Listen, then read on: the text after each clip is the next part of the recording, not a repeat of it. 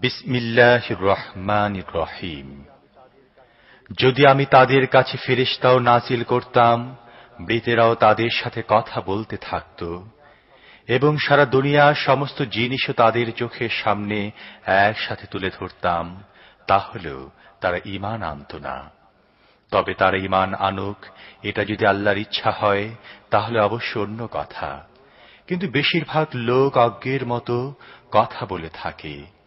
আর এভাবে আমি সব সময় মানুষ্য জাতীয় শয়তান ও জিন জাতীয় শয়তানদেরকে প্রত্যেক নবীর দুশমনে পরিণত করেছি। তারা ধোঁকা ও প্রতারণার ছলে পরস্পরকে চমকপ্রদ কথা বলত। তোমার রব চাইলে তারা এমনটি কখনো করত না।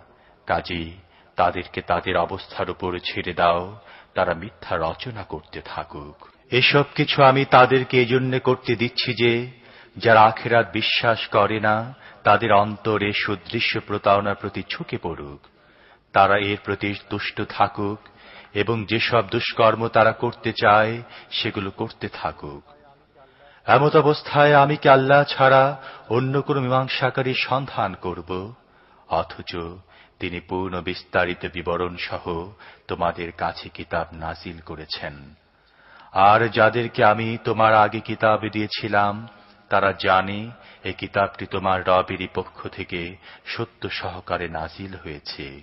কাজী তুমি সন্দেহ পোষণকারীদের অন্তর্ভুক্ত হও না। সত্যতা ও ইনসাফের দিক দিয়ে তোমার রবের কথা পূর্ণাঙ্গ। তার ফরমান সমূহ পরিবর্তন করার কেউ নেই এবং তিনি সবকিছু শুনেন ও জানেন। আর হে মুহাম্মদ, যদি তুমি দুনিয়ায় বসবাসকারী অধিকাংশ লোকের কথায় চলো, তাহলে তারা তোমাকে আল্লাহর পথ থেকে বিচ্যুত করে ফেলবে। তারা তো চলে নিছক আন্দাজ অনুমানের ভিত্তিতে, এবং তারা কেবল আন্দাজ অনুমানই করে থাকে। আসলে তোমার রবই ভালো জানেন কে তার পথ থেকে বিচ্যুত হয়ে আছে আর কে সত্য সরল পথে অবিচল রয়েছে। এখন যদি তোমরা আল্লাহর আয়াতসমূহ বিশ্বাস করে থাকো, তাহলে যে পশুর উপর আল্লাহর নাম নেওয়া হয়েছে তার গোশত খাও। যে জিনিসের উপর আল্লাহর নাম নেওয়া হয়েছে সেটি না খাওয়ার তোমাদের কি কারণ থাকতে পারে? অথচ যেসব জিনিসের ব্যবহার আল্লাহ নিরুপায় অবস্থা ছাড়া অন্য সব অবস্থা হারাম করে দিয়েছেন, সেগুলোর বিশদ বিবরণও তিনি তোমাদের জানিয়ে দিয়েছেন। অধিকাংশ লোকের অবস্থা হচ্ছে এই যে, তারা জ্ঞান ছাড়া নিছক নিজেদের খেয়াল খুশি অনুযায়ী বিভ্রান্তিকর কথাবার্তা বলে থাকে। তোমার রব এ সীমাল অতিক্রমকারীদেরকে খুব ভালো করেই জানেন। তোমরা প্রকাশ্য গুনাহসমূহ থেকে বাঁচো এবং গোপন গুনাহসমূহ থেকেও। যারা গুনাহে লিপ্ত হয় তাদেরকে নিজেদের সব কৃতকর্মে প্রতিফল ভোগ করতেই হবে। আর যে পশুকে আল্লাহর নামে যাবেহ করা হয়নি তার গোশত খেও না, এটা অবশ্যই মহাপাপ। শয়তানরা তাদের সাথীদের অন্তরে সন্দেহ ও আপত্তির উদ্ভব ঘটায়, যাতে তারা তোমাদের সাথে ঝগড়া করতে পারে। কিন্তু যদি তোমরা তাদের আনুগত্য করো, তাহলে অবশ্যই তোমরা মুশরিক হবে। যে ব্যক্তি প্রথমে মৃত ছিল, পরে আমি তাকে জীবন দিয়েছি এবং তাকে এমন আলো দিয়েছি যার উজ্জ্বল আভায় সে মানুষের মধ্যে জীবন পথে চলতে পারে। সে কি এমন ব্যক্তির মতো হতে পারে যে অন্ধকারের বুকে পড়ে আছে এবং কোনো ক্রমে সেখান থেকে বের হয় না? কাফেরদের জন্য তো এভাবে তাদের কর্মকাণ্ডকে সুদৃশ্য বানিয়ে দেয়া হয়েছে। আর এভাবে প্রতিটি লোকালয়ে আমি অপরাধীদের লাগিয়ে দিয়েছি, যাতে তারা নিজেদের প্রতারণা ও প্রবঞ্চনার জাল ছড়াতে পারে। আসলে নিজেদের প্রতারণার জালে তারা নিজেরাই আবদ্ধ হয়, কিন্তু তারা এর চেতনা রাখে না। তাদের সামনে কোনো আয়াত এলে তারা বলে, আল্লাহর রসুলদেরকে যে জিনিস দেয়া হয়েছে, যতক্ষণ না তা আমাদের দেয়া হয় ততক্ষণ আমরা মানব না। আল্লাহ নিজের রিসালাতের কাজ কাকে দিয়ে কিভাবে নেবেন তা তিনি নিজেই ভালো জানেন। এই অপরাধীরা নিজেদের প্রতারণা ও কূটকৌশলের অপরাধী আল্লাহর কাছে অচিরেই লাঞ্ছনা ও কঠিন আযাবের সম্মুখীন হবে। প্রকৃতপক্ষে আল্লাহ যাকে সত্য পথ দেখাবার সংকল্প করেন, তার বক্ষ দেশ ইসলামের জন্য উন্মুক্ত করে দেন, আর যাকে তিনি গোমরাহিতে নিক্ষেপ করার সংকল্প করেন তার বক্ষ দেশ সংকীর্ণ করে দেন, এবং এমনভাবে তাকে সংকুচিত করতে থাকেন যে ইসলামের কথা চিন্তা করতেই তার মনে হতে থাকে যেন তার আত্মা আকাশের দিকে উড়ে যাচ্ছে। এভাবে আল্লাহ সত্য থেকে দূরে পলায়ন ও সত্যের প্রতি ঘৃণার আবিলতা ও অপবিত্রতা বেঈমানদের উপর চাপিয়ে দেন। অথচ এ পথটি তোমাদের রবের সোজা পথ, আর তার নিদর্শনগুলো তাদের জন্য সুস্পষ্ট করে দেয়া হয়েছে যারা উপদেশ গ্রহণ করে। তাদের জন্য রয়েছে তাদের রবের কাছে শান্তির আবাস, এবং তিনি তাদের অভিভাবক, কারণ তারা সঠিক কর্মপদ্ধতি গ্রহণ করেছে। যেদিন আল্লাহ তাদের সবাইকে ঘেরাও করে একত্র করবেন, সেদিন তিনি জিনদের সম্বোধন করে বলবেন, হে জিন সম্প্রদায়, তোমরা তো মানুষদেরকে অনেক বেশি তোমাদের অনুগামী করেছ। মানুষদের মধ্য থেকে যারা তাদের বন্ধু ছিল তারা বলবে, হে আমাদের রব, আমাদের মধ্য থেকে প্রত্যেককে খুব বেশি ব্যবহার করেছে, এবং তুমি আমাদের জন্য যে সময় নির্ধারণ করেছিলে এখন আমরা সেখানে পৌঁছে গেছি। আল্লাহ বলবেন, বেশ, এখন আগুনই তোমাদের আবাস, সেখানে তোমরা থাকবে চিরকাল। তা থেকে রক্ষা পাবে একমাত্র তারাই যাদেরকে আল্লাহ রক্ষা করতে চাইবেন। নিঃসন্দেহে তোমাদের রব জ্ঞানময় ও সব কিছু জানেন। দেখো, এভাবে আমি আখিরাতে জালেমদেরকে পরস্পরের সাথী বানিয়ে দেব। দুনিয়ায় তারা একসাথে মিলে যা কিছু উপার্জন করেছিল তার কারণে। এ সময় আল্লাহ তাদেরকে এ কথাও জিজ্ঞেস করবেন, হে জিন ও মানব সম্প্রদায়, তোমাদের কাছে তোমাদের মধ্য থেকে কি রাসূল আসেনি যারা তোমাদেরকে আমার আয়াত শোনাত এবং এ দিনটি পরিণাম সম্পর্কে তোমাদেরকে সতর্ক করত? তারা বলবে, হ্যাঁ, আমরা নিজেরাই নিজেদের বিরুদ্ধে সাক্ষ্য দিচ্ছি। আজ দুনিয়ার জীবন এদেরকে প্রতারণার জালে আবদ্ধ করে রেখেছে, কিন্তু সেদিন এরা কাফের ছিল বলে নিজেরাই নিজেদের বিরুদ্ধে সাক্ষ্য দেবে। একথা প্রমাণ করার জন্য তাদের কাছ থেকে সাক্ষ্য নেওয়া হবে যে তোমাদের রব জনপদগুলোকে জুলুম সহকারে ধ্বংস করতেন না যখন সেখানকার অধিবাসীরা প্রকৃত সত্য অবগত নয়। প্রত্যেক ব্যক্তির মর্যাদা তার কার্য অনুযায়ী হয়, আর তোমার রব মানুষের কাজের ব্যাপারে বেখবর নন। তোমার রব কারোর মুখাপেক্ষী নন, এবং দয়া ও করুণা তার রীতি। তিনি চাইলে তোমাদের সরিয়ে নিতে এবং তোমাদের জায়গায় তার পছন্দ মতো অন্য লোকদের এনে বসাতে পারতেন, যেমন তিনি তোমাদের আবির্ভূত করেছেন অন্য কিছু লোকের বংশধারা থেকে। তোমাদের কাছে যে জিনিসের ওয়াদা করা হচ্ছে তা নিশ্চিতভাবে আসবে, আর তোমরা আল্লাহকে অক্ষম করে দেবার ক্ষমতা রাখো না। হে মুহাম্মদ, বলে দাও, হে লোকেরা, তোমরা নিজেদের জায়গায় কাজ করে যেতে থাকো এবং আমিও নিজের জায়গায় কাজ করে যেতে থাকি। শীঘ্রই তোমরা জানতে পারবে পরিণাম কার জন্য মঙ্গলজনক হবে। তবে জালেম কখনো সফল কাম হতে পারে না, এটি একটি চিরন্তন সত্য। এই লোকের আল্লাহর জন্য তার সৃষ্ট ক্ষেত খামার ও গবাদি পশুর মধ্য থেকে একটি অংশ নির্দিষ্ট করেছে, আর নিজেদের ধারণা অনুযায়ী বলছে এটি আল্লাহর জন্য, এবং এটি আমাদের বানানো আল্লাহর শরীকদের জন্য।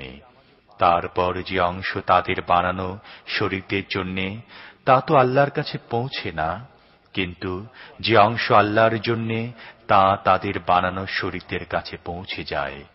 কতই না খারাপ ফায়সালা করে এরা। আর এভাবেই বহু মুশরিকদের জন্য তাদের শরীকরা নিজেদের সন্তান হত্যা করাকে সুশোভন করে দিয়েছে, যাতে তাদেরকে ধ্বংসের আবর্তে নিক্ষেপ করতে এবং তাদের দিনকে তাদের কাছে সংশয়িত করে তুলতে পারে। আল্লাহ চাইলে তারা এমনটি করত না। কাজেই তাদেরকে ছেড়ে দাও, তারা নিজেদের মিথ্যা রচনায় ডুবে থাক। তারা বলে, এ পশু ও এ ক্ষেত খামার সুরক্ষিত, এগুলো একমাত্র তারাই খেতে পারে যাদেরকে আমরা খাওয়াতে চাই। অথচ এ বিধিনিষেধ তাদের মন গড়া, তারপর কিছু পশুর পিঠে চড়া ও তাদের পিঠে মাল বহন করা হারাম করে দেয়া হয়েছে। আবার কিছু পশুর উপর তারা আল্লাহর নাম নেয় না। আর এসব কিছু আল্লাহ সম্পর্কে তাদের মিথ্যা রটনা। শীঘ্রই আল্লাহ তাদেরকে এ মিথ্যা রটনার প্রতিফল দেবেন। আর তারা বলে, এ পশুদের পেটে যা কিছু আছে তা আমাদের পুরুষদের জন্য নির্দিষ্ট এবং আমাদের স্ত্রীদের জন্য সেগুলো হারাম। কিন্তু যদি তা মৃত হয় তাহলে উভয়ই তা খাবার ব্যাপারে শরীক হতে পারে। তাদের এ মন গড়া কথার প্রতিফল আল্লাহ তাদেরকে অবশ্যই দেবেন। অবশ্যই তিনি প্রজ্ঞাময় ও সব কিছু জানেন। নিঃসন্দেহে তারা ক্ষতিগ্রস্ত হয়েছে যারা নিজেদের সন্তানদেরকে নির্বুদ্ধিতা ও অজ্ঞতাবশত হত্যা করেছে এবং আল্লাহর দেয়া জীবিকাকে আল্লাহর সম্পর্কে মিথ্যা ধারণাবশত হারাম গণ্য করেছে। নিঃসন্দেহে তারা পথভ্রষ্ট হয়েছে এবং তারা কখনোই সত্য পথ লাভকারীদের অন্তর্ভুক্ত ছিল না। তিনি আল্লাহ নানা প্রকার লতাগুল্ম ও বাগান সৃষ্টি করেছেন, খেজুর বীথি সৃষ্টি করেছেন, শস্য উৎপাদন করেছেন, তা থেকে নানা প্রকার খাদ্য সংগৃহীত হয়। জাইতুন ও ডালিম বৃক্ষ সৃষ্টি করেছেন। এদের ফলের মধ্যে বাহ্যিক সাদৃশ্য থাকলেও স্বাদ বিভিন্ন। এগুলোর ফল খাও যখন ফলবান হয় এবং এগুলোর ফসল কাটার সময় আল্লাহর হক আদায় করো আর সীমা অতিক্রম করো না, কারণ সীমা অতিক্রমকারীদেরকে আল্লাহ পছন্দ করেন না। আবার তিনি গবাদি পশুর মধ্যে এমন পশু সৃষ্টি করেছেন যাদের সাহায্যে যাত্রী ও ভার বহনের কাজ নেওয়া হয় এবং যাদেরকে খাদ্য বিছানার কাজেও ব্যবহার করা হয়। খাও এই জিনিসগুলো থেকে যা আল্লাহ তোমাদের দান করেছেন এবং শয়তানের অনুসরণ করো না, কারণ সে তোমাদের প্রকাশ্য শত্রু। এই ৮টি নর ও মাদি, 2টি মেষ শ্রেণীর ও 2টি ছাগল শ্রেণীর। হে মুহাম্মদ, এদেরকে জিজ্ঞেস করো, আল্লাহ এদের নর 2টি হারাম করেছেন না মাদি 2টি অথবা মেষ ও ছাগলের পেটে যে বাচ্চা আছে সেগুলো? যথার্থ জ্ঞানের ভিত্তিতে আমাকে জানাও যদি তোমরা সত্যবাদী হয়ে থাকো। আর এভাবে 2টি উট শ্রেণীর ও 2টি গাভী শ্রেণীর মধ্য থেকে জিজ্ঞেস করো, আল্লাহ এদের নর 2টি হারাম করেছেন না মাদি 2টি, না সেই বাচ্চা যা উটনী ও গাভীর পেটে রয়েছে? তোমরা কি তখন উপস্থিত ছিলে যখন আল্লাহ তোমাদেরকে এদের হারাম হবার হুকুম দিয়েছিলেন? কাজেই তার চেয়ে বড় জালেম আর কে হবে যে আল্লাহর নামে মিথ্যা কথা বলে? তার উদ্দেশ্য হচ্ছে সঠিক জ্ঞান ছাড়াই মানুষকে ভ্রান্ত পথে পরিচালিত করা।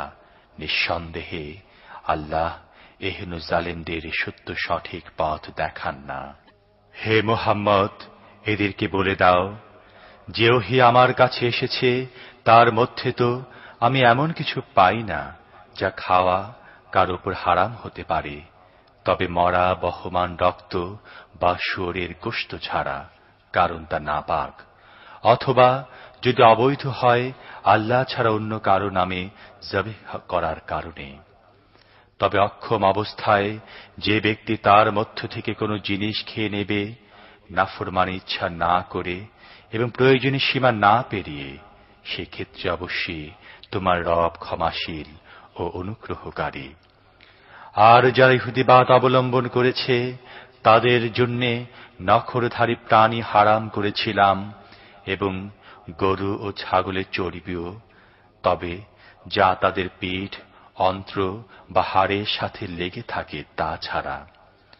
তাদের সীমা লঙ্ঘনের দরুন তাদেরকে এ শাস্তিটি দিয়েছিলাম।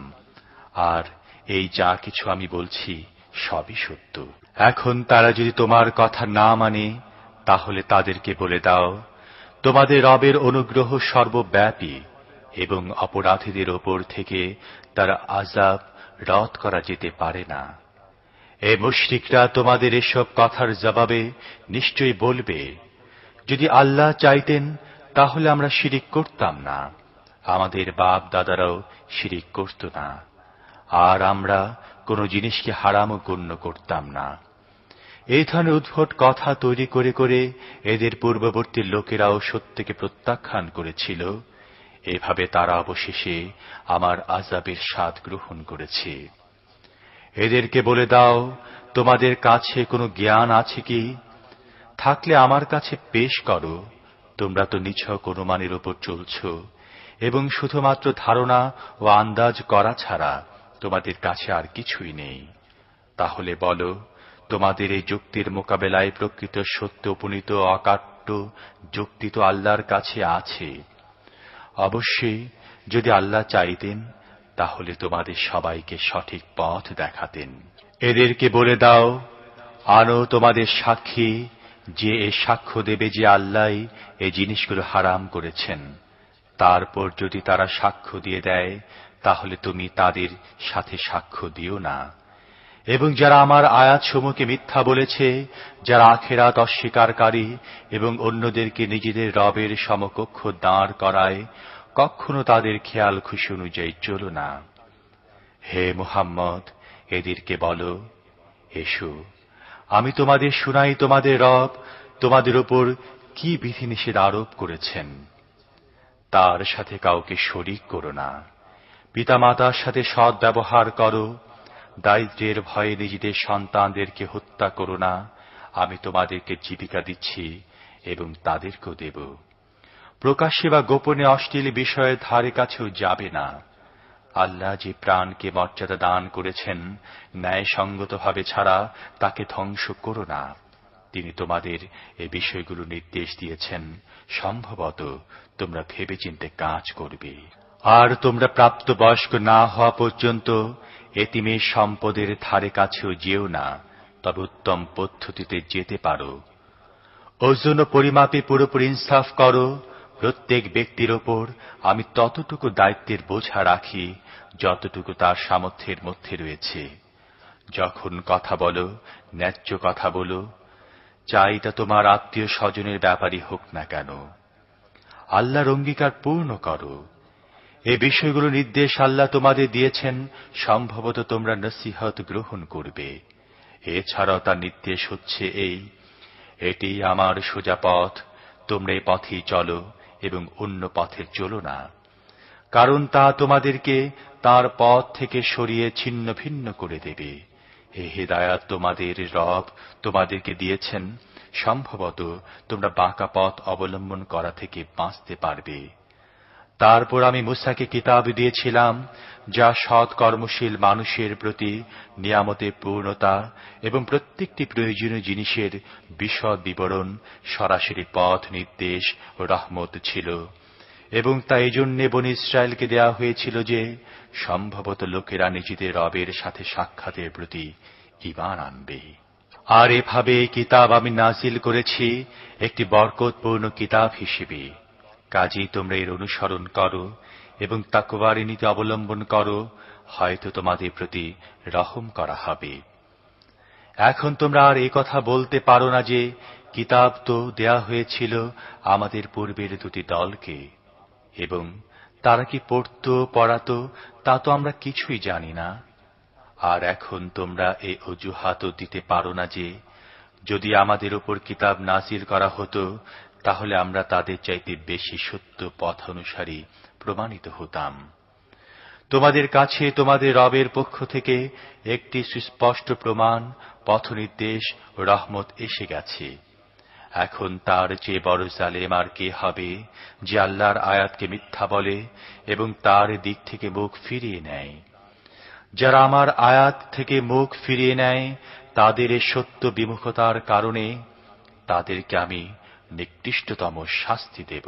লোকেরা কি এখন এই জন্য অপেক্ষা করছে যে তাদের সামনে ফেরেশতারা এসে দাঁড়াবে, অথবা তোমার রব নিজেই এসে যাবেন, বা তোমার রবের কোনো কোনো সুস্পষ্ট নিশানি প্রকাশিত হবে?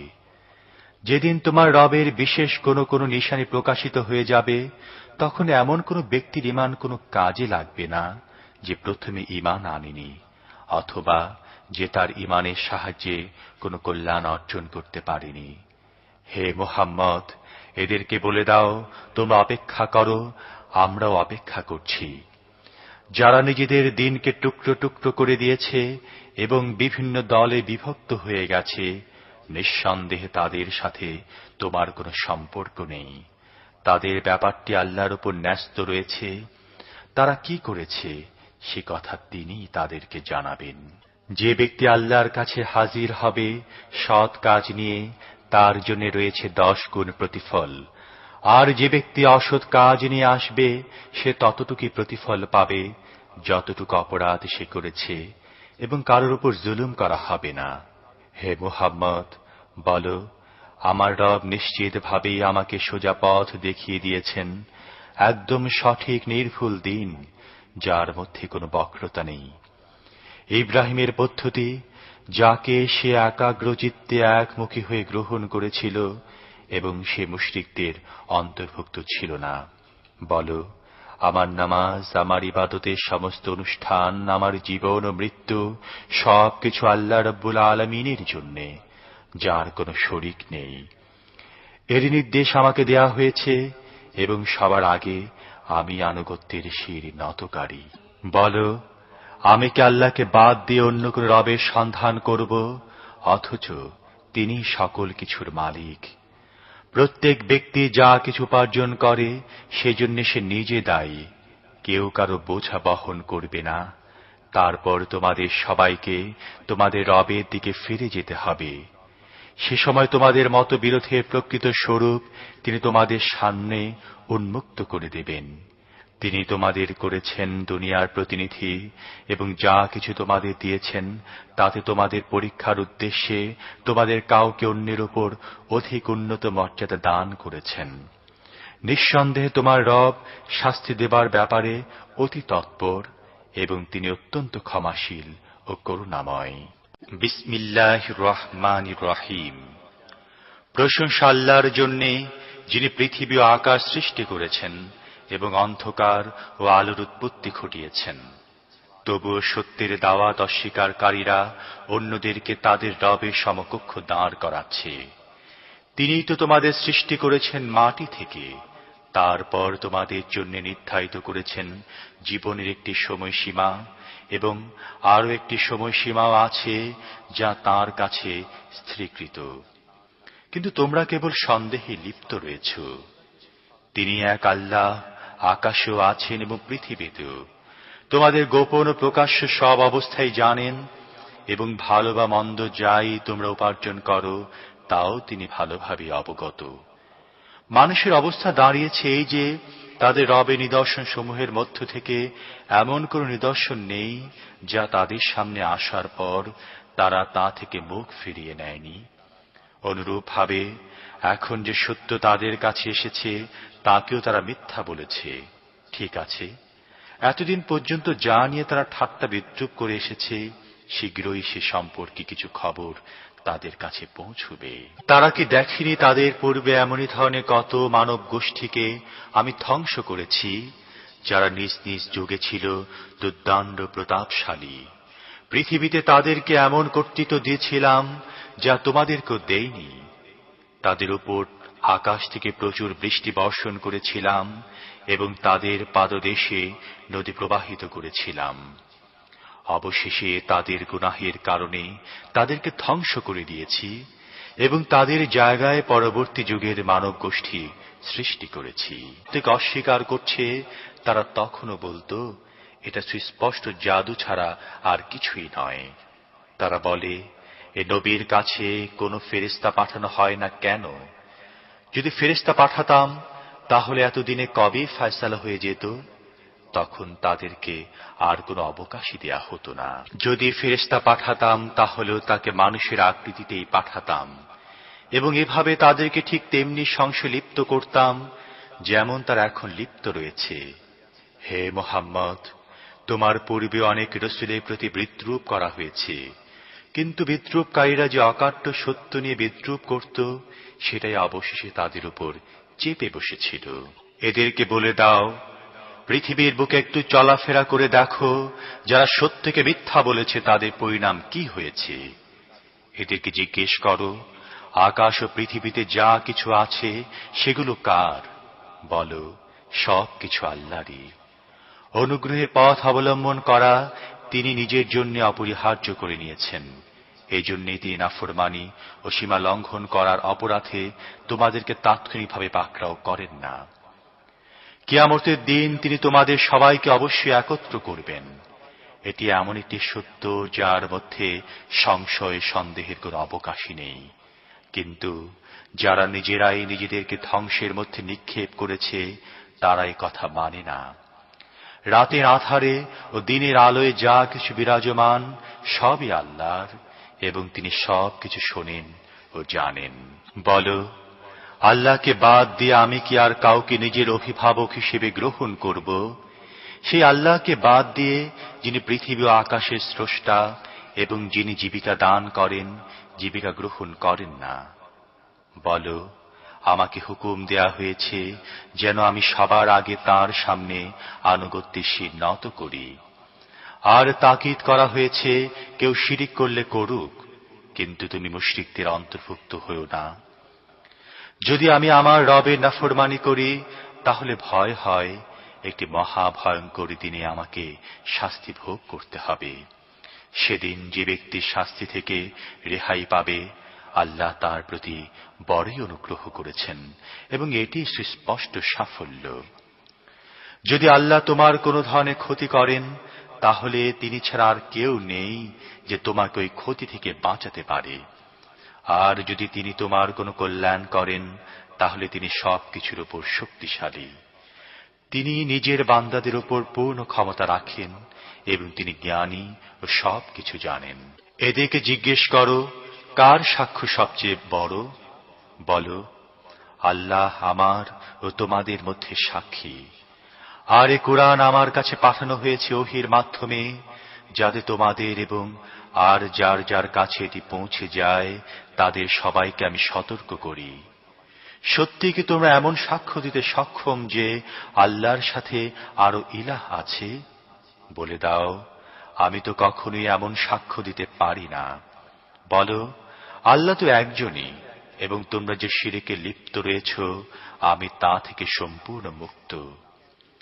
যাদেরকে আমি কিতাব দিয়েছি তারা এই বিষয়টিকে এমন সন্দেহাতীতভাবে চেনে যেমন নিজেদের সন্তানদেরকে চেনার ব্যাপারে তারা সন্দেহের শিকার হয় না। কিন্তু যারা নিজেরাই নিজেদেরকে ক্ষতির মধ্যে ঠেলে দিয়েছে তার এই কথা মানে না। আর তার চেয়ে বড় জালেম আর কে হতে পারে যে আল্লাহর প্রতি মিথ্যা দোষারোপ করে অথবা আল্লাহ নিদর্শনাবলীকে মিথ্যা বলে। অবশ্যই এ ধরনের জালেমরা কখনই সফল কাম হতে পারে না। যেদিন এদের সবাইকে একত্র করব এবং মুশরিকদেরকে জিজ্ঞেস করব, এখন তোমাদের মন গড়া সেই শরীকটা কোথায় যাদেরকে তোমরা নিজেদের ইলাহ মনে করতে? তখন তারা এই মিথ্যা বিবৃতি দেয়া ছাড়া আর কোনো বিভ্রান্তি সৃষ্টি করতে পারবে না যে, হে আমাদের রব,